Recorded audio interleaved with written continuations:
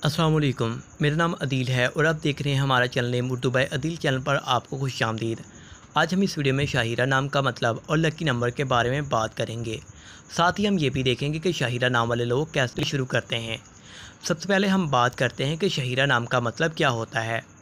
शाहिरा नाम का असल ज़रिया अरबी ओरिजिन से लिया गया है।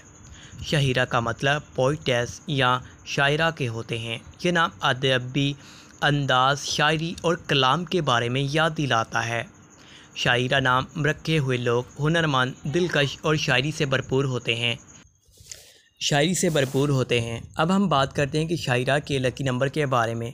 शायरा के लिए लकी नंबर है 9। ये नंबर शायरा की ज़िंदगी में खुशी, तरक्की और कामयाबी का राज बन सकता है। लोगों का कहना है कि 9 नंबर वाले लोग दिलकश और हुस्न तसव्वुर और शानदार होते हैं। ये नंबर शाहिरा को हौसला और तरक्की देता है और अपने मकसद की तरफ बढ़ने के लिए। अब हम देखते हैं कि शाहिरा नाम वाले लोग कैसे होते हैं। शाहिरा नाम वाले लोग अदबी अंदाज शानदार और शायरी से भरपूर होते हैं। उनकी ज़िंदगी में खुशी, तरक्की और कामयाबी हमेशा होती है। शाहिरा नाम वाले लोग अपने हुनरमंदी और शायरी का इजहार करते हैं। वो अपने अंदर के कलाम और ख़ासियत को हर काम में दिखाते हैं। तो ये थी हमारी आज की वीडियो।